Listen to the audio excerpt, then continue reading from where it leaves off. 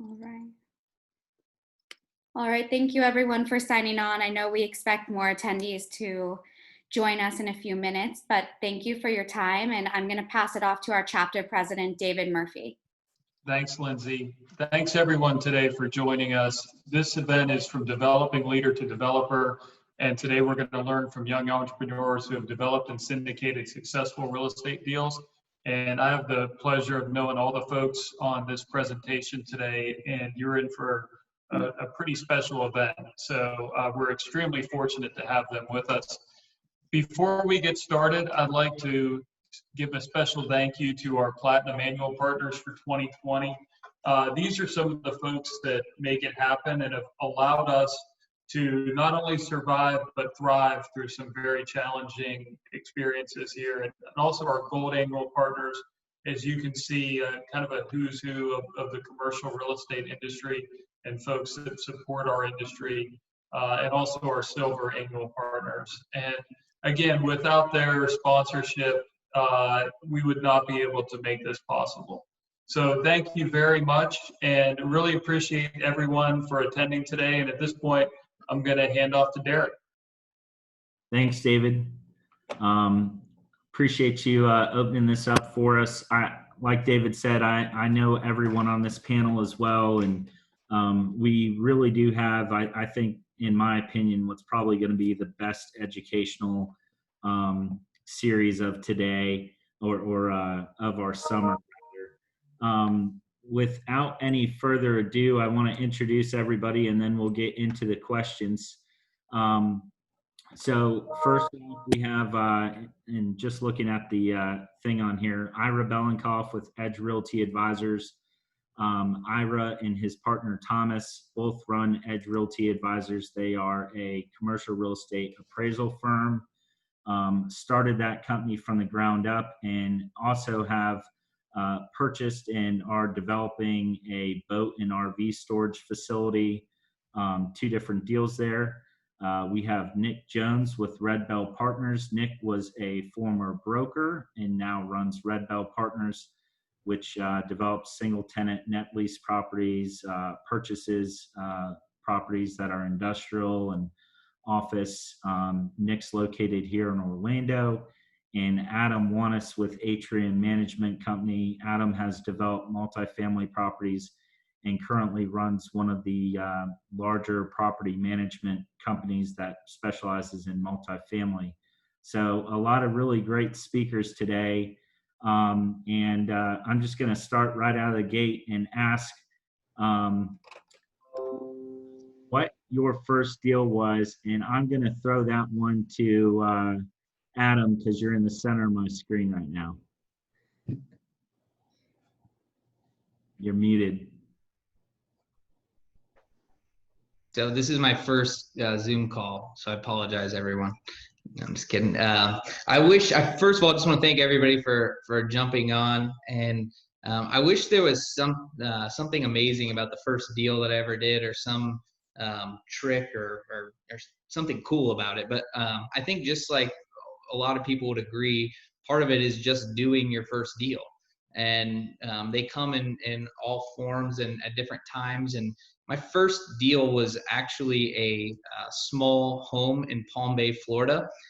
Just a little bit of background wise, I was raised in Ohio and didn't come from much. So when you're starting out in the beginning, you're scratching and clawing and trying to figure out a way to get a deal done.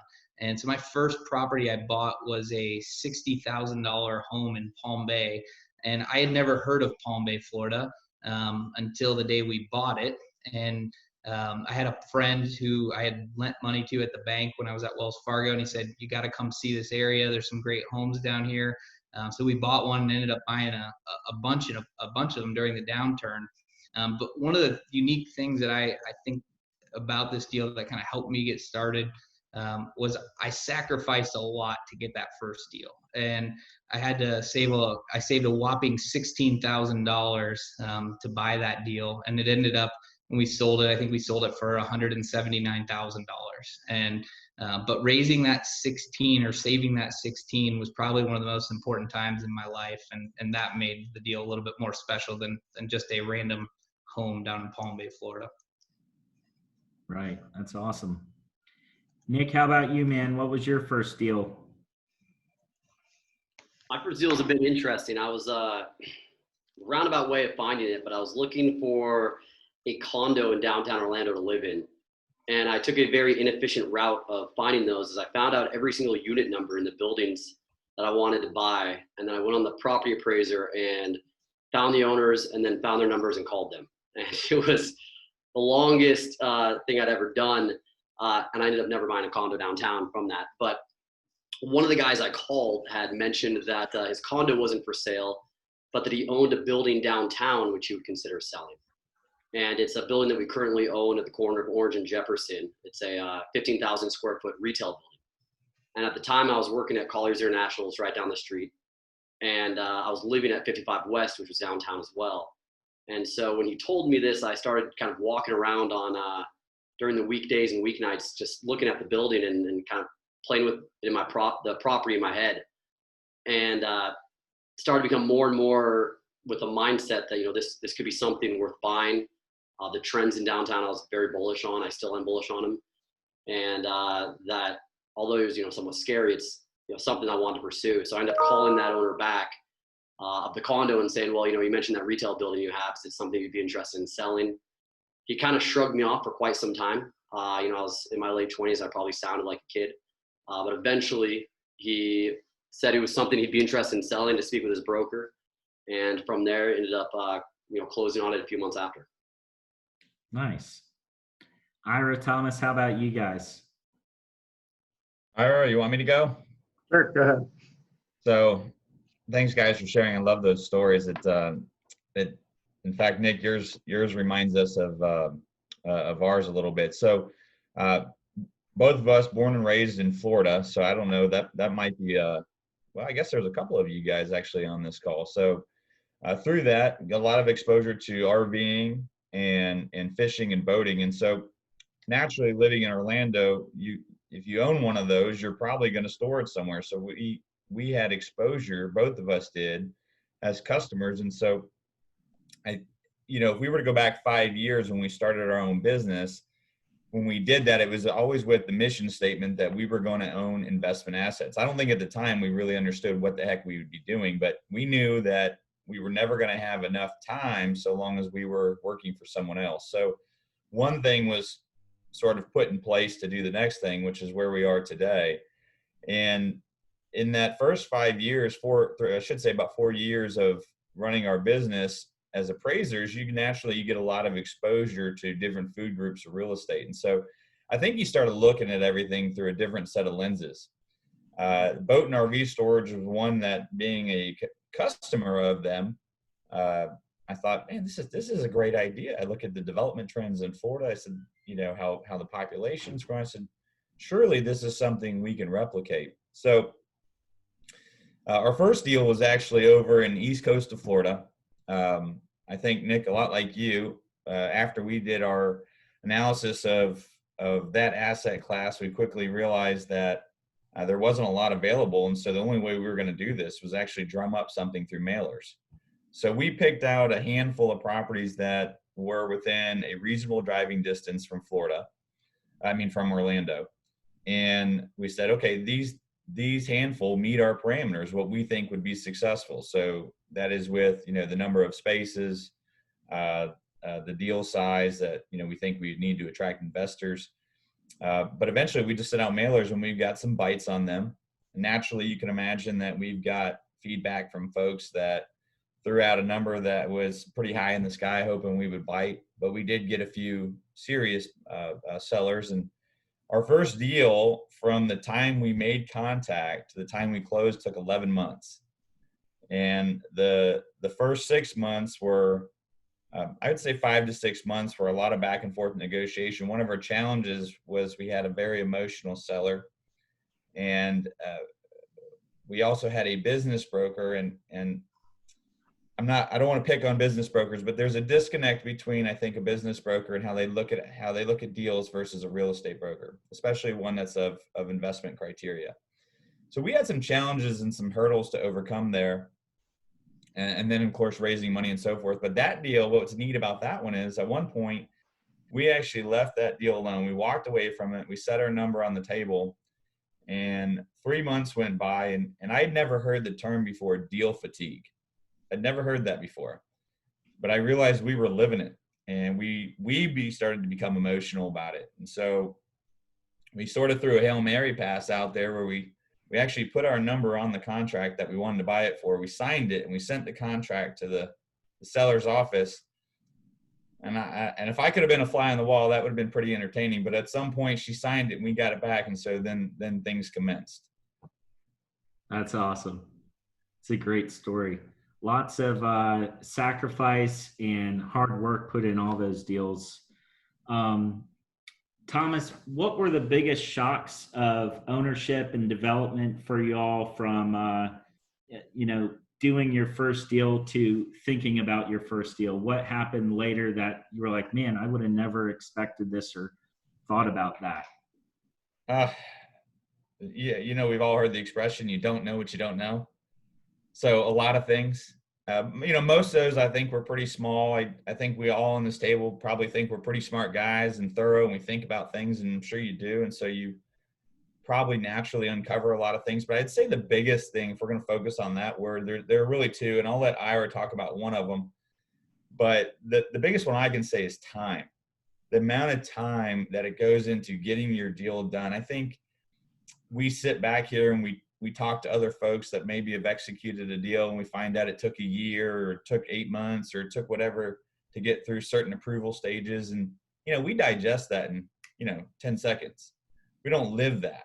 So living it, I think, is very different. And so that in itself is a shock. But I'll also say the other big issue with time that we found is really offsite management.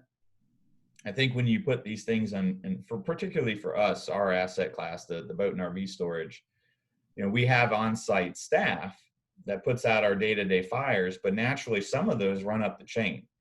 And quite literally, we had a fire at the property where lightning hit it.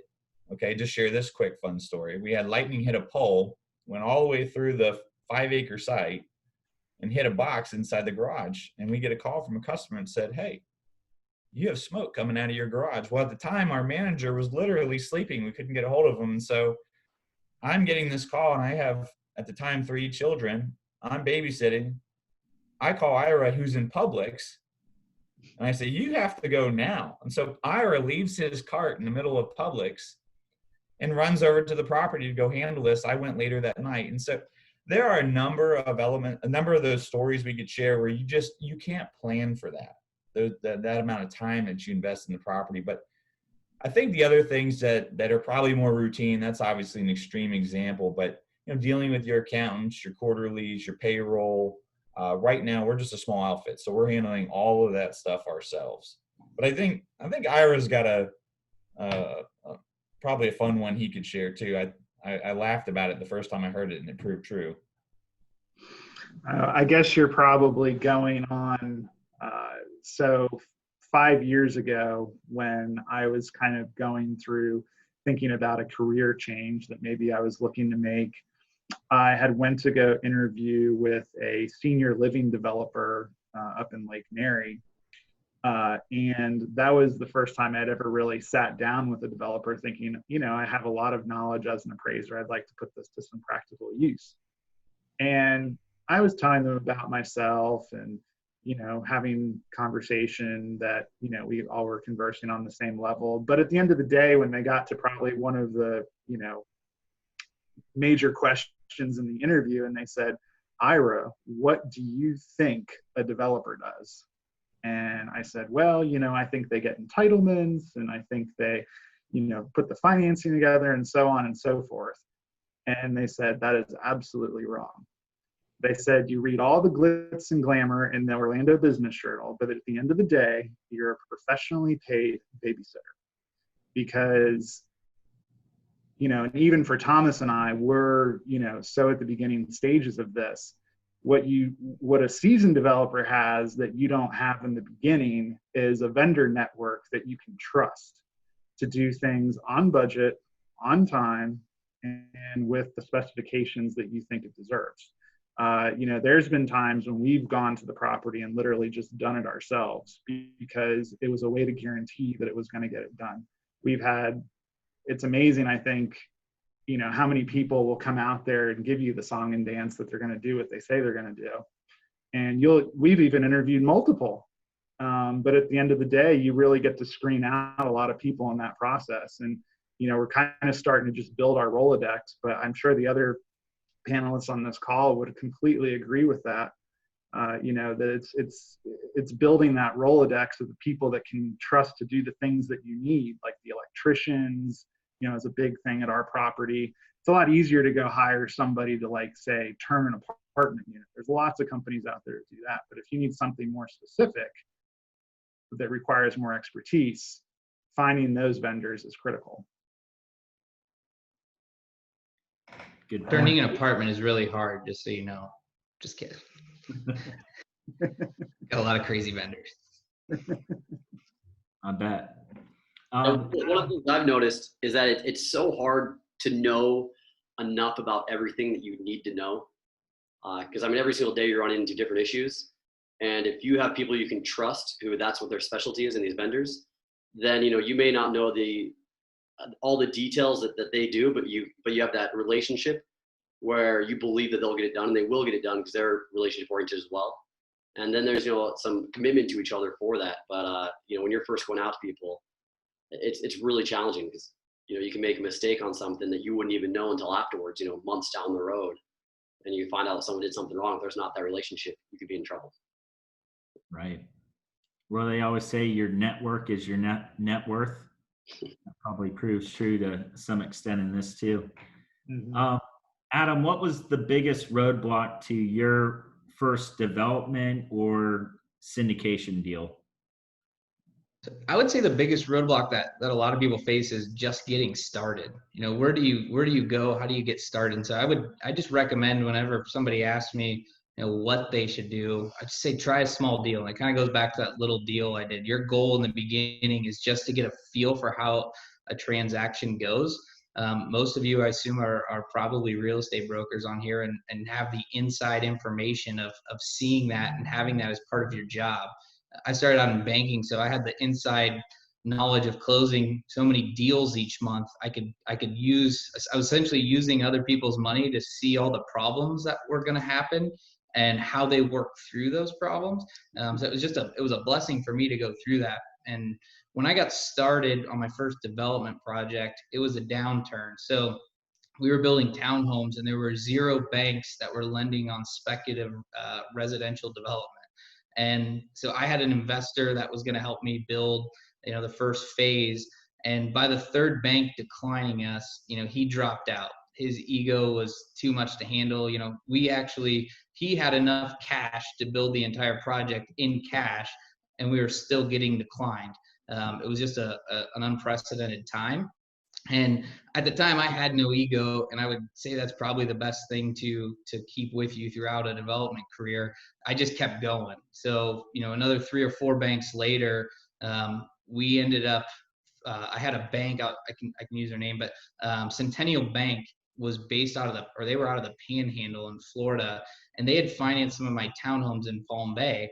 And I knew how important it was to keep a great relationship with the banks just from being in banking. And so I asked them. I said, would you guys build a townhome project? And they said, believe it or not, we just bought a branch in Orlando. We'd love to do the project.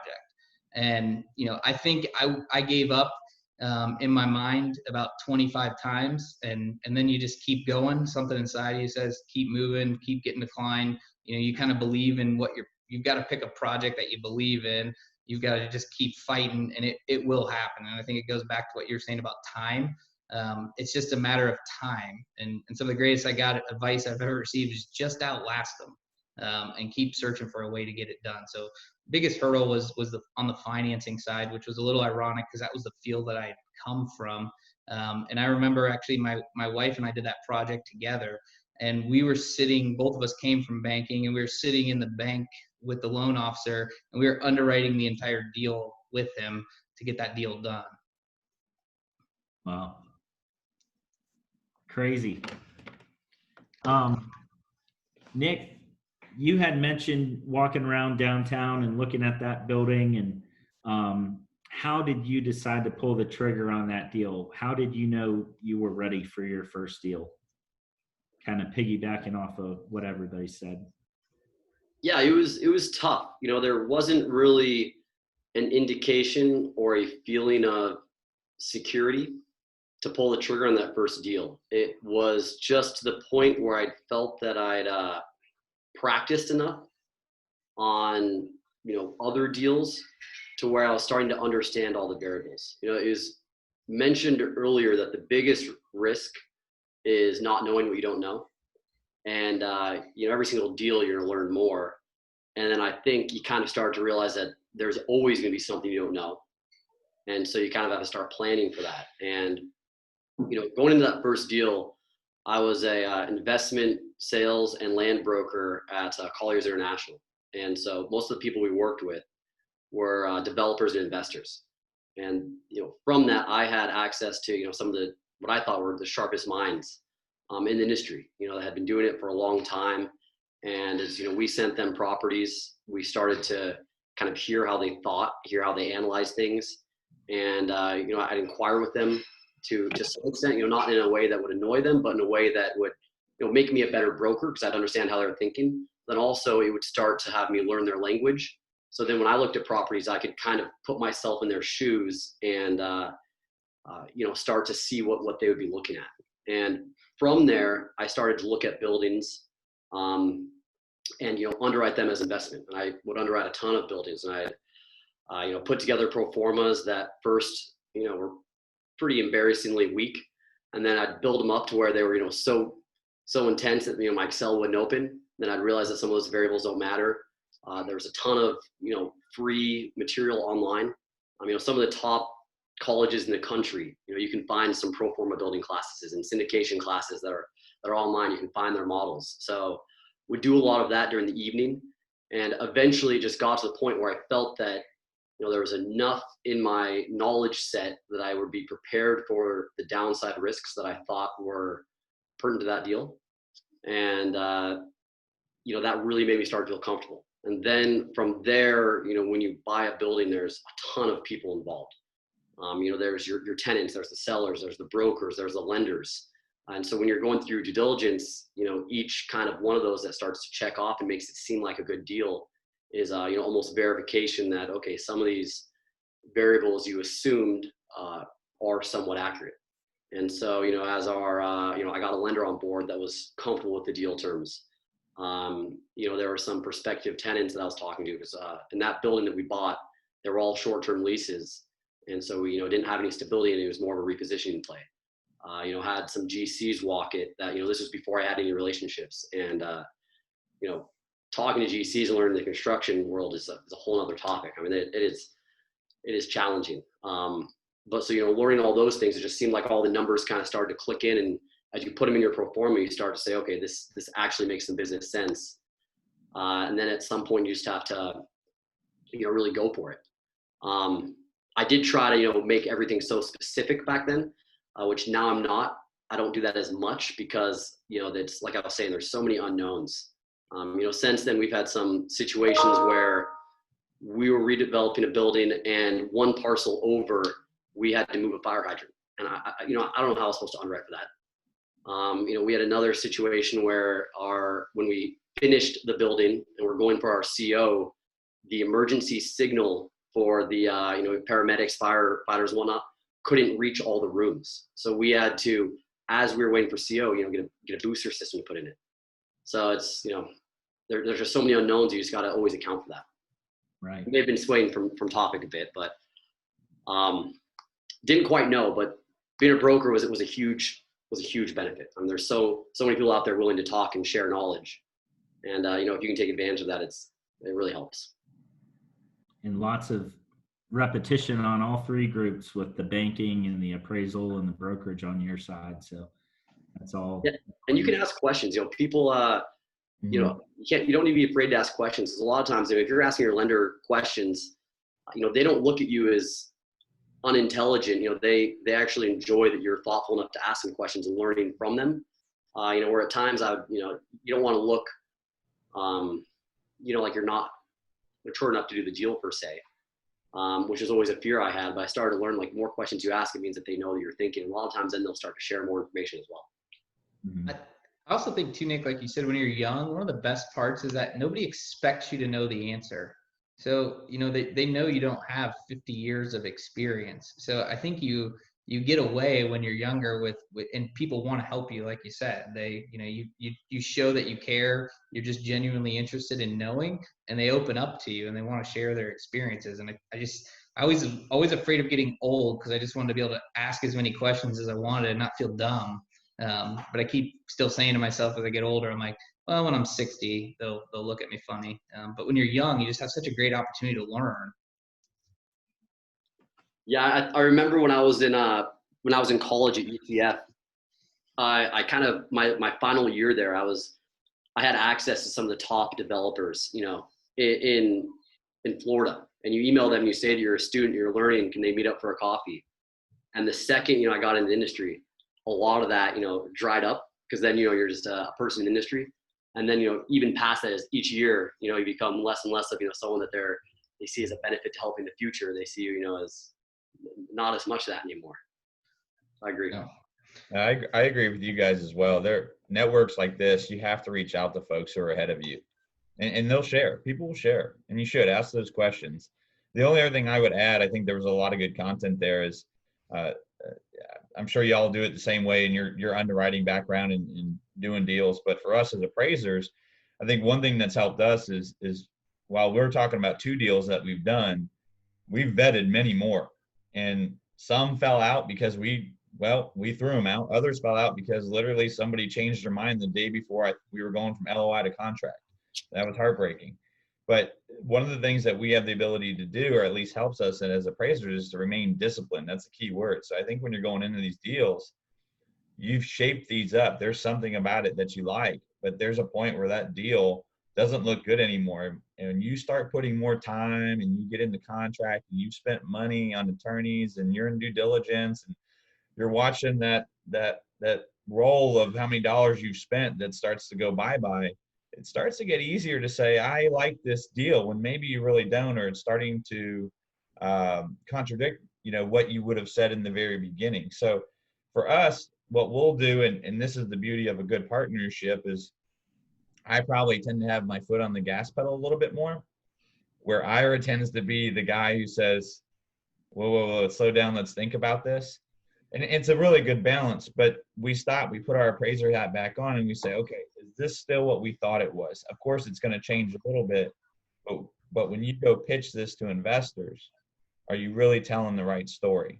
Or have you sugarcoated something, or like I said, you've got so much time and money spent, at this point, that's starting to skew your position on it. Yeah, I just think it's all about getting the risk priced in properly on the front end, basically what Nick was saying in a nutshell. We had a deal, our second deal that we're doing right now. Thank goodness it went through, and we're really excited about it. But there was a point where the disconnect between the buyers and the sellers were going like this. And we actually negotiated an extension because we were trying to go from losing $25,000 to losing $10,000. That was the negotiation tactic, was purely just to get the loss down.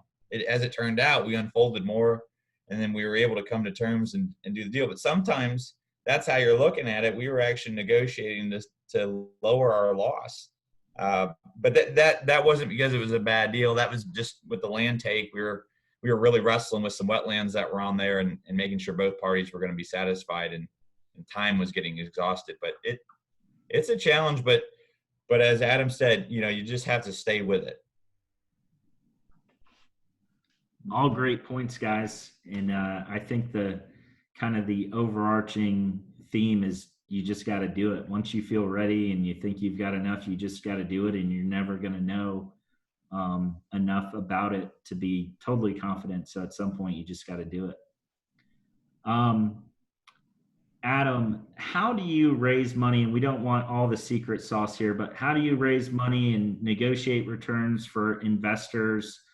And we'll dive a little bit more into the money part later on some different parts of how those funds develop, but what are kind of your thoughts on that when you put a deal together? So I think this is the best part in my opinion, of real estate. This is the part that I love the most. I love raising capital. And I think what I thought was the most exciting part is there's no right answer. If you can figure out a way that it makes sense and you can provide a good return, then you can structure a deal however you want. I remember looking at deals at the bank, and they would come back with these complex waterfall structures. And I thought I was a pretty smart guy, but at the end of reading the report, I'm looking at it and I'm like, how do they get paid? You know, if they hit X percent, we do this, and then it goes to this. And it became so complicated. And most of the clients that I was working with are people like myself who aren't that intelligent, where we say, if I give you this, how much are you going to give me? And so I started out when I began with my structures being, I kept it really, really simple, very, very easy to understand. And the other thing I've always kept in mind, and my goal was always through my 30s, I'm not really worried about how much money that I'm going to make. I know that seems ridiculous, but I truly don't think about it that much. I think about when I raise money, I'm more concerned with how much money or what return I'm going to get to the investor. My goal in the beginning is just to learn and participate in as many deals as possible. There's so many, you want to do, if you're sitting here worried about what percent you're going to get of the deal, and it's a small deal, you're not going to make much money when you're a little bit older and the deals get a little bit bigger and people have more confidence in you. And I just give you a quick example. We buy apartment buildings and raise money to do that. And I have an intern here, and he just wants to learn and wants to do the same sort of things that I've done. And so he said, how did you raise money? And one of the things we do at Atrium is we allow anyone who works here to invest in a deal, whether it's $1,000, $50,000, whatever you want to do. So I told him, the deal's paying an 8% pref. So I said, go out there, tell the guy you're going to give him 8% on his money. We're going to make, 23, 24%. You keep the difference, but you work your butt off in the meantime to pay back that initial equity. And it was $10,000. And it wasn't about the 10,000. It was about learning how that process worked. And I'll never forget, he showed up on my doorstep at 11 o'clock at night with a check for 10 grand. And I was like, oh man, for those of you that raise money, putting 10 grand into a deal is not the easiest to fit it in there. But it was the principle of there's no right or wrong answer. You just got to be ambitious enough to figure it out. And it all ends up being very simple math problems, and really just keep your focus on the return for the investor and learning how deals work and being involved in a number of deals so that you have a ton of experiences that you can draw from as you get further down the road in your career. Great. That's really helpful. Nick, one of the things Adam mentioned was waterfall. Some of the folks on the call, this is a specific question from one of the DL members. Can you explain the different structures of waterfall distribution? And we're not looking for a CCIM 101 class or whatever. That's Nick. Tell us what a waterfall means in layman's terms. Yeah, so the waterfall, the analogy for it is that, when a property brings out cash flow, it's kind of the top of the waterfall. And, whatever amount that is per month, per quarter, whatever you want to say, that's the very top. And then as each level of the water cash pours down and hits some rocks, it splits, and then hits more rocks and splits. So every dollar that comes out of a property at each one of those hurdles, it splits into various buckets where, it goes to the investors in one, and then goes to the general partner syndicator in the other. And waterfalls can be very complicated. There are some bigger syndicators out there that, will have multiple hurdles on waterfalls. And some will do it very simple where, there's one hurdle. But generally speaking on waterfalls, the first hurdle's, like a pref, a preferred return. That when you go to your investors, you tell them that, if my preferred return is 8%, out of every amount of money coming out of this property, all the investors who put capital into the deal will get this preferred return first. And that can either compound or non-compound. And so a lot of times on, development deals or repositioning deals, when someone puts their money in, they won't get a return, for up to, 12 to possibly 24 months, because during that time you're repositioning the property, if you're making any income, you're putting it back into the property. And so they want to know if that money that they should be making, you know, that interest rate on that hurdle is something that then makes money on top of it, or if it's something that they're only making money on the initial investment amount. So when you hit that first hurdle of 8%, then you have your first split, which is assuming that 8% is what you agreed to. We're using that in this example. Then the split a lot of times will be something that's, you know, 75, 25% or 80%, 20%, where the larger amount goes to the investors, and then the smaller amount goes towards the general partner, the syndicator. And so some people will have multiple hurdles where, you know, your first one at, let's say you go at 8%, and past that it goes 75, 25 until 12%. And then it goes 50, 50, you know, anything above 12%. Or, you know, you can kind of negotiate it however you see fit. There have been other waterfalls that I've seen where instead of doing, you know, the more progressive approach, as I've just mentioned, I've seen syndicators do, you know, after a 7% preferred return to the investors, between 7 and 9%, all of the return goes to the syndicator. And then above 9%, it's, you know, a 75, 25 or some other type split. I didn't see that as being advantageous, because then there's this kind of this black hole between 7 and 9 where motivations get somewhat challenging between the syndicator and the investor. You know, I think that they realized it, the syndicators in particular, on that deal, and didn't do that again, where, you know, generally speaking, the waterfall structure rewards the developer, you know, general partner syndicator for success in the deal. So it aligns their interests with the limited partners as well. And so as the deal becomes more and more advantageous, the limited partners are getting less and less of the money, but they're still making, you know, above what the general metrics were. So they're generally happy. In the waterfall, there's two parts to it. There's one that's the cash flow during the hold. Then there's also the cash flow from the disposition. So you can have different waterfalls where, you know, distributions monthly or quarterly or semi-annual, however you do it, is per one waterfall with one preferred return. And then on the actual exit disposition of the property, there's a different waterfall with a different set of return metrics. I've generally always done it the same, and I always have just one waterfall, you know, one hurdle to make it simple for the investors.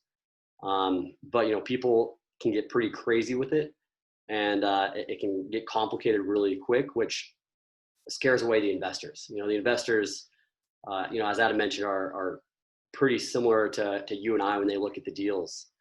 So they just want to know, when I put my money in, you know, what is my basis going to be on my returns? And then, you know, as things get above that, that's wonderful, but how's that going to be split? Because they also want, you know, they want you to do well. They want you to make money on it because, you know, your goals have to be aligned with theirs. And so as the deal becomes better, you know, you're working hard for those higher dollars. And you know, if you hit those hurdles, you know, you deserve it, because you're putting, you know, day in, day out, you're working on the deal, and they're not having to put that hustle in. Right. Yeah, and I think Nick, I think you hit it on the head, and that's a good. That's funny about the waterfall. I never explained it that way. I just explained it through the hurdles. But on our deals, we just did a single tier waterfall, really for what you said, just to keep it simple. You can lose people fast. A lot of times, the folks that you're pitching to, you know, they're an expert in their field. So, you know, if somebody's a brain surgeon, imagine how quick they could lose you in explaining what they're doing. And so we try to keep it to a fourth grade level, and that's not an insult to the investors. These are very successful folks, but they just want to be able to follow the story. They want to know, hey, when I put my money in, if this happens, when do I get it? Or as you said, a development deal, you know, maybe you have 2 or 3 years where you're not going to collect a check. And so am I still earning return on that money, even though I'm not collecting?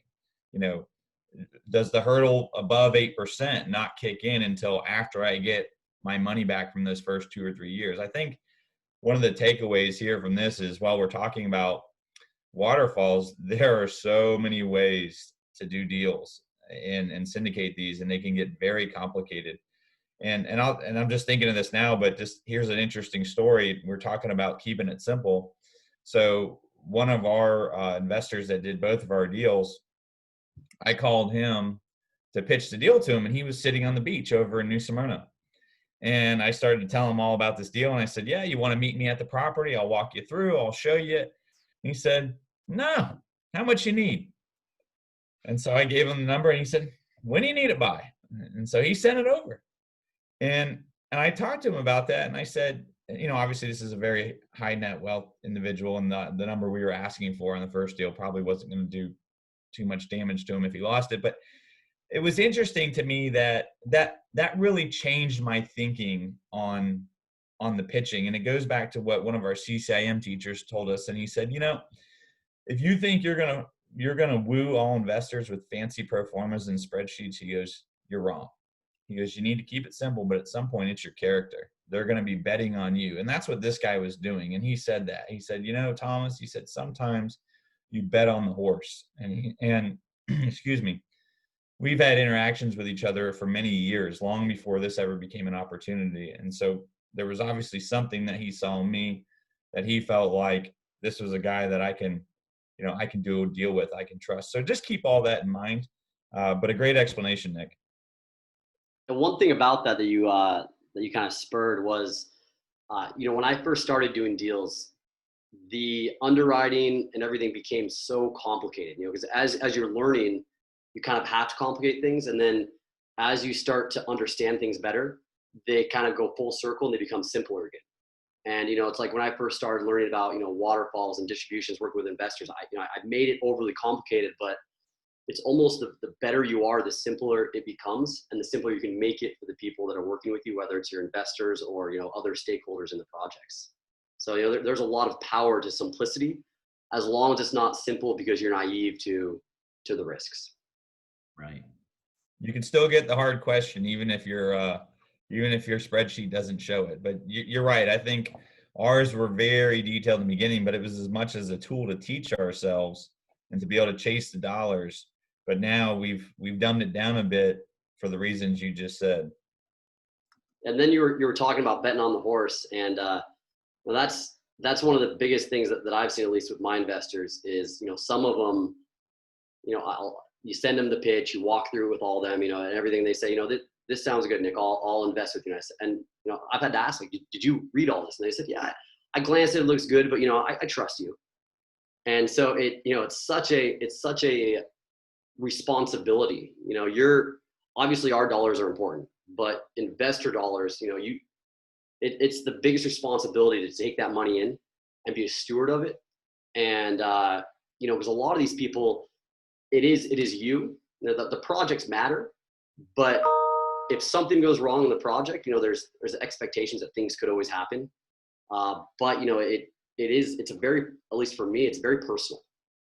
These are people that, I know that, they're obviously very successful, but no one likes to lose money. And there's a lot of trust that goes with it beyond just, strict transactional, raising money and putting it to work.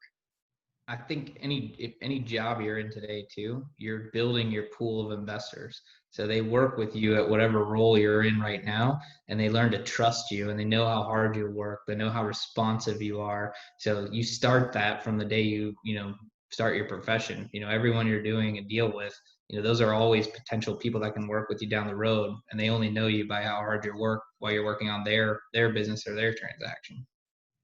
Yeah, what's exciting on that is, I've had some people that I'm close with that, I've known for quite a number of years, and they have become investors as their careers have, blossomed. And so it's people that, were never in that spectrum, and through success, then are in a position where they can invest, which is, that's obviously really exciting to see. Those are all great points, guys. I think everybody kind of underscored one thing, which is people buy you. That's a quote I heard from a book, but I think it's really true. Want to open this one up to the entire group in terms of raising money. Everybody always, I think from the brokerage side, as a younger broker and younger person in real estate, everybody always thinks about putting their first deal together, just like you guys did, and you actually did it. And, when I think about it, I'm like, okay, if I want to put, a $5 million deal together, I need $1 million. Who am I going to go to for that money? Is it better to go to friends and family? Is it better to put it on Crowd Street? Should I put it on Craigslist? Should I sit on the corner of Orange Ave and 50 and try and drum up money? What do you guys think? Where should you get the money from for your first deal? Or Get it done. Get the deal done. That first one. No, go ahead, Adam. No, I, I think that you're exactly right. You got to start getting the deals done any way you can. But I've always just found it easier. You know, the smaller you are, the easier it is to work with people you already know and who trust you. So a lot of people that invest in my deals were all people that were in real estate already. I remember we had our first person come to invest that wasn't in the industry, and I gave him a long speech about how I didn't want to talk every day about why we had to fix a toilet or why we had to do whatever the small task was. And so I've always geared myself towards people in the industry that are just busy doing their real life job. And as you get bigger, I know that that's coming, but I've just been blessed so far to keep it very keep it in the family, essentially, people that know what's going on to a degree, because you can spend a lot of time. I do property management, and we manage third party for a lot of people who think they're investors, and they're just not. They're focused on all the wrong things. So the larger you get, they can actually weigh you down. You from a mind standpoint, they can bring you down, as to what you're doing. So I agree. Getting it started, you just got to get it done. But as you start to grow a base of professionals that are investing with you, I think it's best people that you're very close to, and people that are in the industry and understand how it works. And then as you get larger, you're going to ultimately have to branch out and do more.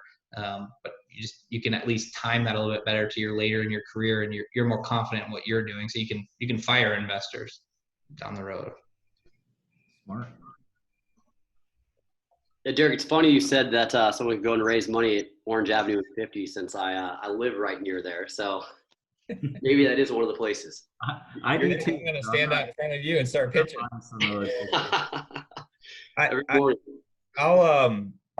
I guess to be a little more technical about it. So, and I'm not giving legal advice here, but there's my disclaimer right there. But I think you definitely, so one thing that when we first started doing this, like everyone, we had this idea, oh, well, I know him, I know her, and, they'll probably give us something, and so you start, going through your little tally, and then you get yourself a good attorney, and then you start learning about all the SEC guidelines and how they define relationships and the boxes you need to check, and you start saying to yourself, well, maybe I don't have a relationship with that person like they say I do, and how are they going to look at it? And so I definitely recommend that everyone schools themselves on that in terms of how they define it. Now, accredited investor is the one that so they have a net worth of $1 million or more. That's the one that they basically look at and they say, okay, this person has had a reasonable amount of success in their life. There's probably not anything that you presented them that fooled them or tricked them into why they ended up losing their money if your deal goes south. So I think, like I said initially, jokingly but serious, just get it done. And so we went to friends and family at first, but we also went to outside investors. On our second deal, we did that one, which was a larger raise with a fraction of the investors who were all accredited investors and put a lot more in. Of course, some of that was, while it's a small track record, we were repeating the success that we already created on our first deal. But yeah, build that Rolodex. I mean, everybody has a different season of life. So you may have people that are on your first deal, and 2 years from now, you're doing another one, and it's time to pay for the wedding or send kids to college, or maybe Nick called them before I did, or Adam or so forth. And that whatever they've allocated for that year is gone. So you need to be able to move on to the next person. And then one thing that was told to Ira and I that I guess I find funny, and it's perhaps some words of wisdom. There's a fine line between going with folks that have a higher net worth, who've done well for themselves, because they're probably not going to babysit their money. So they're not going to call you all the time. But as this person said, is you don't want somebody who can sue you into oblivion because their pockets are that deep. So while you may know the wealthiest person on your street, just keep that part in mind too, that if things, and I don't mean to be dark, but that is a reality, things can happen. We're dealing with something very serious right now in COVID-19 and all the challenges that are coming from that. So, but no, the takeaway is get your deal done. Yeah, and I think in Not- terms of your first raise, you can always just be backing into how large of a deal you want to do, and then what your minimum investment size is that you want for each investor. So you have to know going into it, do I want to be reporting to 10 people, or do I want to be reporting to 3 other people that are my investors? If you're trying to look to minimize, some of the investor interaction there. I think that, there's probably a minimum acceptable level in terms of what you're allowed to put in as a general partner, in terms of doing your first deal. I mean, some of it, comes a lot more in sweat. But I mean, I'm sure that for most deals, you probably need to be looking in to put, say, minimum of 10% of the equity raise, probably is, I would think, is probably the bare minimum. Of course, maybe Adam can speak to that because he's seen so many deals underwritten on the banking side. To be honest, it just varies so much, Yeah, it's true. Those are all good points, guys. I guess I won't panhandle for when I do my first deal. We're at 4:53 right now. We've got a couple of questions that have popped up on the panel here. At the end, for everyone who's listening, at the end of this, we're going to be sending out the contact info for all the panelists. That way, if you have any questions for them, you can reach out to them. I'm sure all these guys would love to, grab a cup of coffee with you or do a Zoom call or whatever with you. But I want to ask one more question for the group, and I'm going to pose this to everyone because I think it's gone really well with everyone interacting, and it's probably going to be our last question.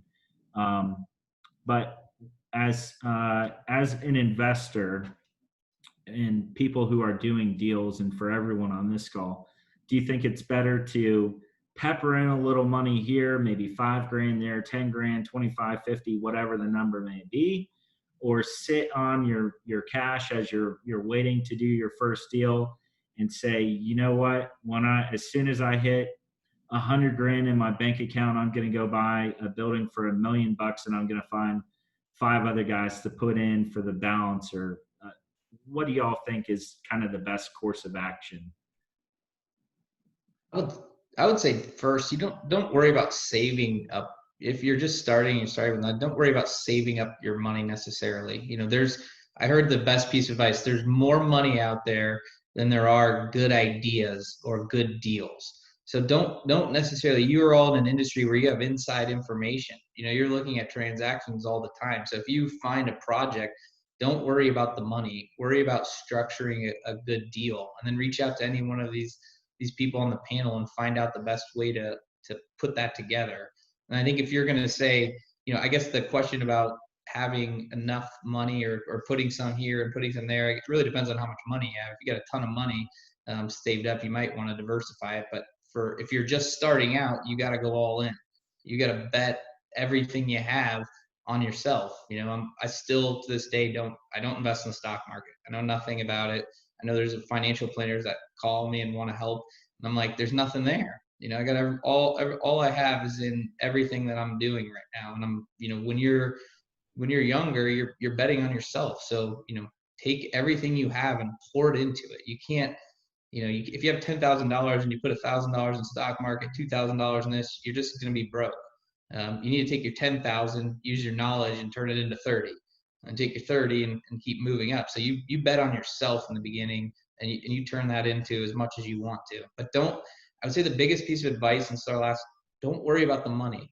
Worry about the deal. Find a way to make people money, and the money comes. Trust me, you just got to find the deal. So Adam, I couldn't have said it better on both of those 2 points. In fact, we heard that money will beat its way to the door for a good deal. Ira and I heard that so many times, but yet it went just like this. Because it was, for us at least, we couldn't come to understand that and truly believe that. And I think until we walked it and lived it. And it's true. I have people right now who reach out to me, sometimes casually, sometimes, it comes up at a barbecue or whatever, and say, what are you doing? When's your next deal? I want to get in on it. I've heard about it. And we are building this Rolodex in some respect without even trying, because investors talk to other investors. So I would agree with that. But the thing with the peppering, for I think a lot of us, we're young, you haven't built that big piggy bank yet. So that's going to solve that question for most of us. And you, again, like I said, Adam stole the words right out of my mouth. The first thing I thought when you said that was, and this isn't an ego thing. I believe in what I do, and I'm going to bet on myself. And so because my piggy bank isn't that big, I'm going to take it and I'm putting it all on myself and on the project that I believe in. And, we talked about discipline and some other things earlier. So if you stay to those fundamentals, you're going to be okay. And the worst thing you can do is maybe bull into something and it not be a good deal and it flounder. So what? If you go into it and it's an average return, but it was successful, you learn so much, and then you turn your 10 into 30, like Adam said, and then you move on. That's true. Good points, guys. And find somebody you like doing it with. Like, it looks like, Ira and Thomas, you guys are doing it together. And, there's something to be said about slapping a high five with somebody when you do something great. This is hard. Every day is it feels like you're getting punched in the face.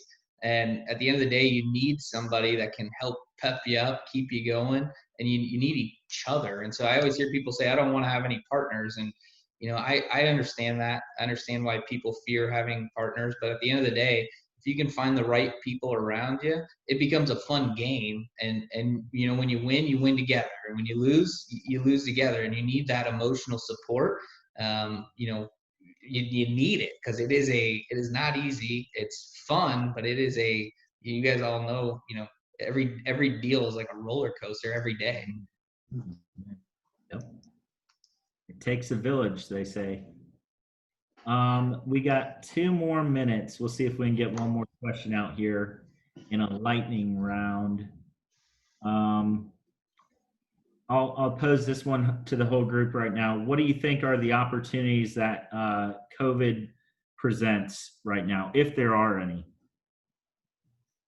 Quick response is, I think we're finally going to have an opportunity to find value add properties. I think that's something that's been gone for probably the last 3 to 4, maybe 5 years.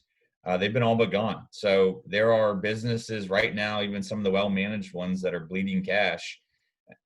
Unfortunately, they'll succumb to, probably either having to dispose of their asset at a reduced price or even foreclosure. So I think we're going to see value add opportunities ahead of us.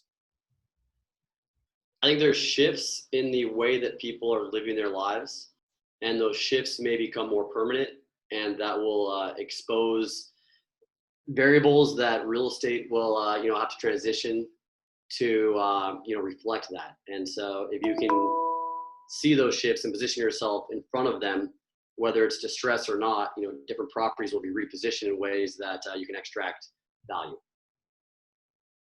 I think the best part about not the best part, and it sounds terrible, but the times have been so good for so long. It hasn't been as fun over the past couple of years, because the land prices have increased, construction costs have increased, and so when your job right now is to find the asset class that gets hurt the worst and find out how to reposition it so you can, if you can do that in a successful way, you're going to be really successful. Yeah, I would agree with that. It should be interesting to see how some uses maybe get modified over time. Some may be more or less valuable depending on how you look at them. So say, like, for example, I know many years ago I saw an example on 192 where somebody took a former motel, I think bought the note on it, so they clearly got it at a pretty steep discount, and then they converted it to senior housing in like studio suites. Now that's a pretty tall order, though. There's a lot of risk in doing a deal of that size, plus the deal is large. So it's probably not your first deal. Might be several deals down the road, plus you've got to have that network, that team of vendors that can even do that type of job, because you're going to run into when you repurpose properties, you're going to run into bringing properties to code. And then when you start changing uses, you've got a grandfathered property through zoning. Now does that start exposing you to, inadequate parking? And then how is that going to drive, the change of use?